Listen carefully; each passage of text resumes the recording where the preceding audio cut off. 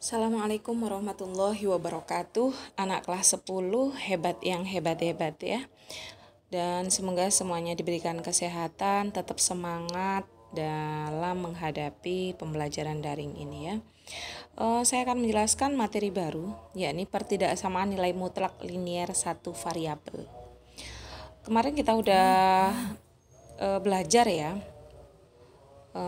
aplikasi tentang pertidaksamaan linier satu variabel. Terima kasih buat yang sudah mengumpulkan tugas, dan yang belum nunggu apa ya? Nunggu apa ini? Kok belum dikumpulkan ya? Ya, semoga segera insaf ya, karena rapot juga akan segera dibagikan. Saya minta tugas yang belum segera dikumpulkan. Anak-anak, di sini judulnya adalah pertidaksamaan nilai mutlak linier satu variabel. Kenapa dikatakan linier? Karena pangkat tertingginya 1.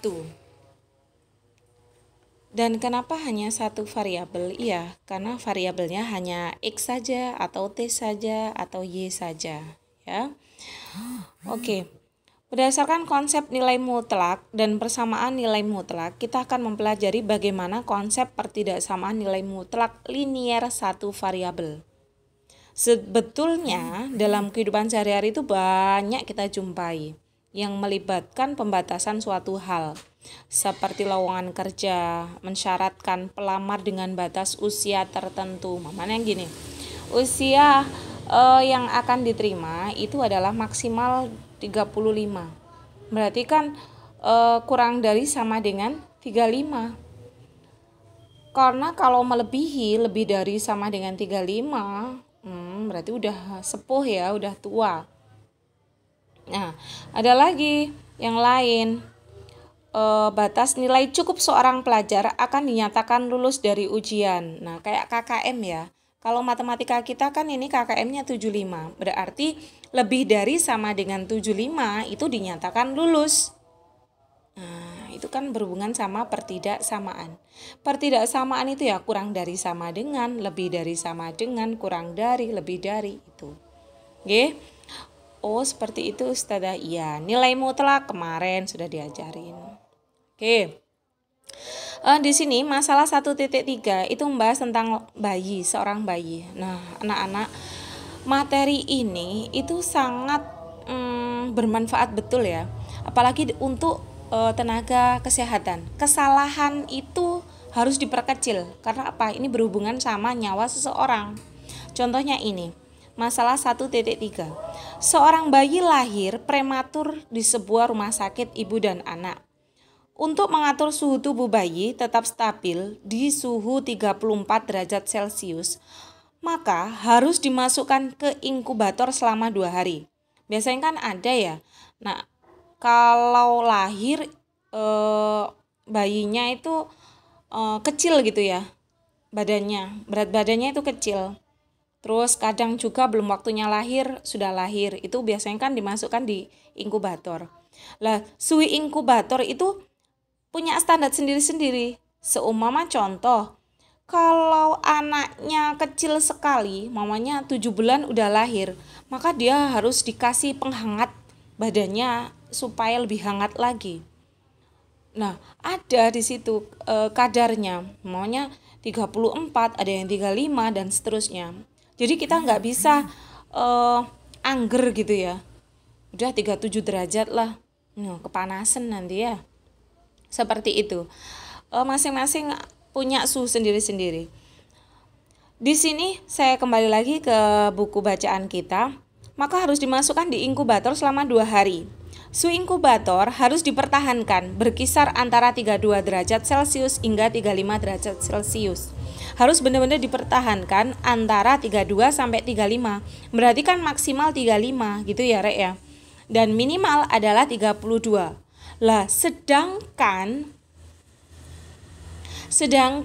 suhu ruangan itu mempengaruhi suhu inkubator. Jadi suhu ruangan, suhu yang ada di luar itu mempengaruhi suhu inkubator. Di situ penyimpangannya sebesar 0,2 derajat Celcius. Yang ditanyakan di sini adalah tentukan interval perubahan suhu inkubator. Apakah masih posisi aman saat mengalami penyimpangan sebesar 0,2? Itu sudah ada, dan teknisi di bidang kesehatan itu juga sangat dibutuhkan. Jadi dalam bidang kesehatan itu ada yang faknya di faknya di teknisi, faknya di kesehatan bagian pemeriksaan itu ada. Nah, ini buat yang cita-citanya teknisi ya. Di sini ada alternatif penyelesaian. Cara yang pertama dihitung dengan nilai mutlak. Pada kasus tersebut di atas, kita sudah mendapatkan data dan suhu inkubator yang harus dipertahankan selama 1-2 hari semenjak kelahiran, yaitu 34 derajat Celcius. 1-2 hari semenjak kelahiran, yaitu 34 derajat Celcius. Tadi di soal kan ada keterangan seperti itu ya. Dengan perubahan diharap tadi kan ada penyimpangan 0,2 derajat Celcius. Sekarang kita mau menghitung kira-kira perubahan itu aman nggak gitu kan ya. Maka kita bisa nulis nilai mutlak T dikurang 34. T itu tadi adalah apa nak? T. Betul, segala kemungkinan perubahan suhu tadi setelah dipengaruhi atau penyimpangan T itu ya, dikurang 34 kurang dari sama dengan 0,2. Sesuai dengan definisi 1.1 persamaan nilai mutlak yang awal kemarin, caranya kan seperti ini ya. Ada yang T dikurang 34 jika T-nya lebih dari sama dengan 34. Untuk yang negatif T dikurang 34 jika T-nya kurang dari 34. Akibatnya T dikurang 34 kurang dari sama dengan 0,2 berubah menjadi, nah ini ada dua ya, dijadiin satu di sini, penyelesaiannya adalah ini. Maka 33,8 T itu antara 33,8 sampai 34,2. Berarti bagaimana kesimpulannya? Masih amankah? Betul, masih aman. Karena tadi perubahannya itu antara 32 sampai 35. Lah ini masih posisi aman. Seperti itu ya anak-anak ya. Saya akhiri dulu untuk yang ini. Jika ada pertanyaan, saya tunggu di kolom komentar.